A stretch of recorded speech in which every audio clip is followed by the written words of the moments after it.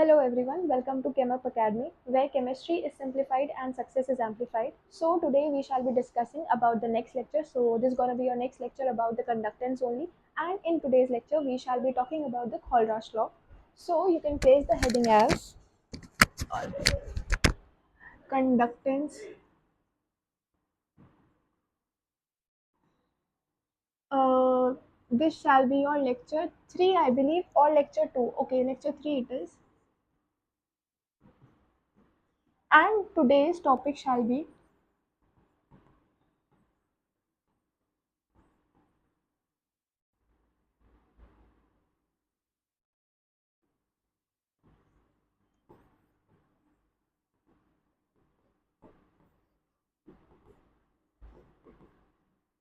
Alright.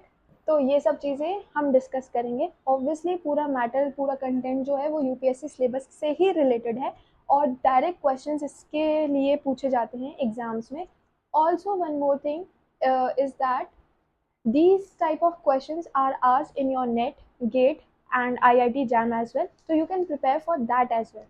Though the content will be basically focusing on your UPSC Geochemist, but I am not saying that this thing is not important for your CSIR NET GATE examination. It do is important, so you can pay attention for that as well. Coming on to the actual topic of ours, Kholdrush law actually कहता क्या है?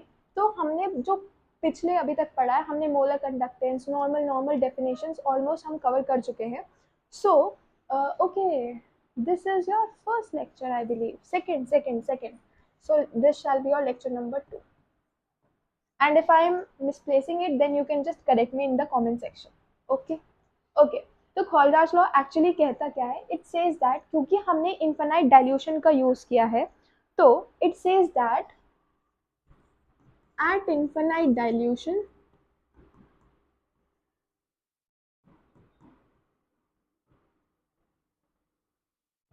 Electrolyte, या फिर आप कह सकते हो या तो सारे इलेक्ट्रोलाइट्स, या फिर I can say that every sort of ions behave independently. They behave independently. इसका मतलब क्या हुआ? थोड़ा क्लियर नहीं हुआ. तो अगर थोड़ा और क्लियर करने के लिए हम क्या कह सकते हैं? वी कैन से दैट जो हमारी मोलर कंडक्टिविटी होती है या मोलर कंडक्टेंस होती है, अगर हम इन्फिनाइटली डाइल्यूट बना देते हैं अपने सोल्यूशन को, हमारा कोई भी सोल्यूशन है, मोलर कंडक्टेंस इन्फिनाइटली डाइल्यूट अगर हम बना देते हैं, तो उसके जितने भी आयंस है, इलेक्ट्रोलाइट की अगर हम बात करते हैं, इलेक्ट्रोलाइट की मोलर कंडक्टिविटी मुझे निकालनी है. कब निकालनी है? तब निकालनी है जब मैंने अपने सॉल्यूशन को या फिर अपने इलेक्ट्रोलाइट को इन्फिनाइटली डाइल्यूट कर दिया है. तो उस केस में मेरा क्या होगा? मेरा जो ये है मोलर कंडक्टिविटी है या फिर मोलर कंडक्टेंस है इन्फिनाइट डाइल्यूशन के पास, वो कैसा एक्ट करेगा? वो सम की तरह एक्ट करेगा. It will be acting as sum of molar conductance of individual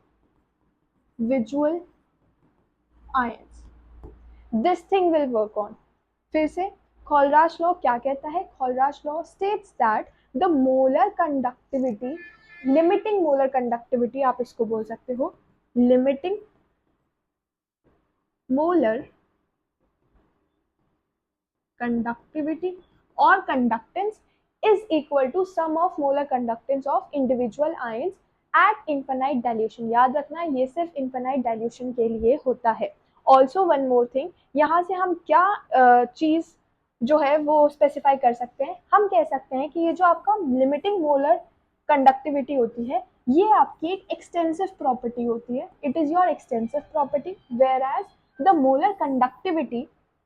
molar conductivity is your intensive property. This is your intensive property. So this was the general discussion about the Kholdrush law. इसी के तहत why are we studying it? Because it has certain applications, therefore we are studying it. So what are its applications? अगर हम applications के बारे में बात करें तो पहली application क्या है? हम वीक इलेक्ट्रोलाइट के लिए भी मोलर कंडक्टिविटी को चेक कर सकते हैं. How can we check for it? Like कोई भी आपके लिए वीक इलेक्ट्रोलाइट है, तो वीक इलेक्ट्रोलाइट वी हैव, कोई भी ले लो. अच्छा, इससे पहले in order to make you understand this whole thing, let me just make a bit of examples, थोड़े बहुत एग्जाम्पल ले लेते हैं। जैसे मेरे पास कोई भी है for NaCl I am taking, तो इसके लिए हम क्या लिख सकते हैं, for Na positive plus for Cl negative, this is how we can represent it. कुछ और ले लेते हैं, जैसे मैंने लिया Na2SO4, तो it shall be your Na positive plus SO4 2 negative और multiply by the stoichiometric coefficient. Stoichiometric coefficients के साथ भी मल्टीप्लाई हम इसको करेंगे, ठीक है। Like this we can make the equations according to the Kholl-Rasch law। All right, तो let me just take it back. If you want, you can take the screenshot, otherwise you can just copy down with me. Okay, coming on to the application versions. Application में क्या सीखा कि weak electrolyte के लिए भी we can calculate it. How? कोई भी हमारे पास weak electrolyte है, तो कोई weak electrolyte ऐसे dissociate होगा, कोई भी weak electrolyte ऐसे dissociate हो रहा है। Since dissociation constant ऐसा है, तो हम क्या कह सकते हैं कि वीक इलेक्ट्रोलाइट के लिए मोलर कंडक्टिविटी भी हम कैलकुलेट कर सकते हैं। कैसे? लिमिटिंग मोलर के हमने निकाला and we can say that particular ions के लिए वो काम करेगा, प्लस एंड दिस योर, तो इंडिविजुअल आयंस का सम लिया तो वो आपका क्या बन गया, इनफाइनाइट डाइल्यूशन लॉ की तरह इट इज वर्किंग, ठीक है। तो ये था आपका वीक इलेक्ट्रोलाइट के लिए। या फिर coming on to the next part, जो आपकी सेकेंड एप्लीकेशन हो सकती है इसके लिए, वो होती है क्या, डिग्री ऑफ डिसोसिएशन निकालने के लिए भी हम इसका यूज कर सकते हैं। We can find degree of dissociation also. Let's take that same example only. I am taking same example so that understanding becomes easy. बाकी एग्जाम्पल्स के साथ you can try at home. So taking that CH3COOH again,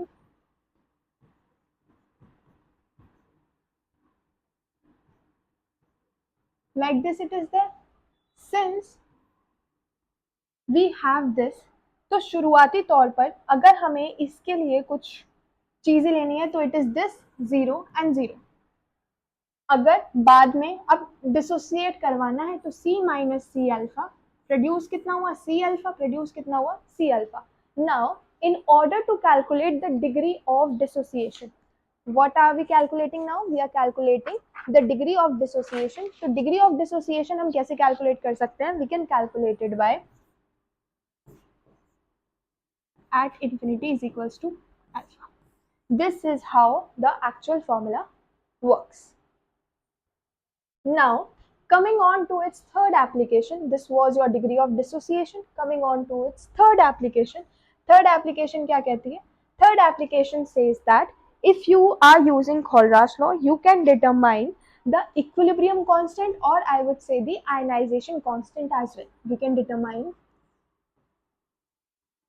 equilibrium constant or ionization constant का भी determination कर सकते हैं। How come? Let's take that same example।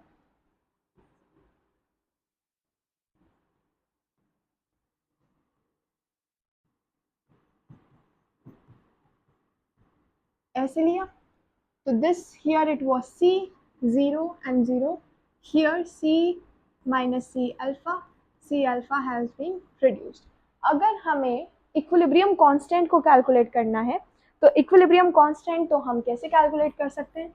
Equilibrium constant usually क्या होता है, product side upon reactant side. लिख देते हैं product side.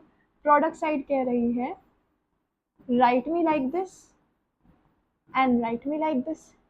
Reactant side it's saying write me like this। On placing its values we have C alpha, C bracket 1 minus alpha, 1C goes and here we are left with C alpha square upon 1 minus alpha। In place of alpha अभी हमने value calculate की थी ये वाली lambda, sorry not lambda actually, molar coefficient के terms में बात करेंगे तो ये लिमिटिंग मोलर कंडक्टिविटी है और ये मोलर कंडक्टिविटी है. In terms of that you can place this equation 1 in your equation number 2, which is this, and hence you can solve further. Alright, coming on to its fourth application, which says that we can find, it says that we can find the solubility of a sparingly soluble salt. What is it saying? किसी की भी solubility अगर हमें निकालनी है तो हम कैसे कैलकुलेट कर सकते हैं? solubility निकालने का तरीका क्या होता है? उससे पहले अगर हम मोलर कंडक्टिविटी के टर्म्स में बात करते हैं, हमारे पास फॉर्मूला था K/C × 1000. ये हमने लेक्चर 1 में सीख लिया था ये formula. So using this formula हम इसी से अगर हम KSP × 1000 अपॉन सॉल्युबिलिटी कर देते हैं तो दिस बिकम्स आवर फॉर्मूला. किसी भी सॉल्ट के लिए, कोई भी पार्शियली सॉल्युबल सॉल्ट जैसे कि AgCl, कोई भी पार्शियली सॉल्युबल सॉल्ट के लिए, क्योंकि हमने ये फॉर्मूला ऑलरेडी डिराइव करके सीखा हुआ है, therefore we are using this formula which represents the solubility of sparingly soluble salt. For any example, over here we have taken AgCl. So this was all about its applications. Let's just quickly give it a revision so that it stays in our mind when we come to our next class. Okay. At infinite dilution, Kholra's law क्या था? Kholra's law was nothing but it says that at infinite dilution, जितना भी आपका electrolyte है वो individually, जो जितने भी आयन्स है इलेक्ट्रोलाइट के अंदर, they start behaving individually. That means molar conductivity, limiting molar conductivity at infinite dilution is basically the sum of molar conductivity of its ions, या फिर इलेक्ट्रोलाइट के जितने भी आयन्स होंगे उन सब का सम आप उसको बोल सकते हो. Why are we studying it? क्योंकि it helps in determination of the weak electrolyte की मोलर कंडक्टिविटी निकालने के लिए. Second thing, it helps in determination of the dissociation constant. Third thing, in equilibrium constant, we can determine equilibrium constant with the help of Kholra's law. And the fourth and the most important thing is the solubility factor. We can determine the solubility of the sparingly soluble salts, which is again an important task or important property for the chemist. So this was about your Kholra's law, out of which I would suggest you that its application, that is application number 2, and your application number 4 are most important. So every year it has been found that question is C, so you can mark them important, you can just decorate their headings because they really are very important. Alright, so point number 2, application number 2, application number 4, both are important, and questions related to that we shall be discussing in the next class. And also, before ending the lecture, I would like to draw your attention towards our new launch batch, that is for UPSC Geochemist.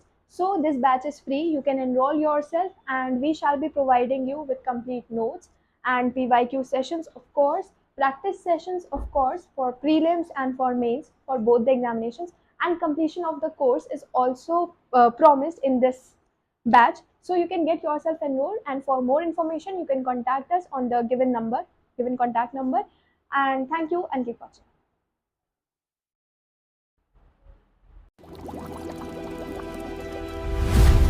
ChemUp Academy.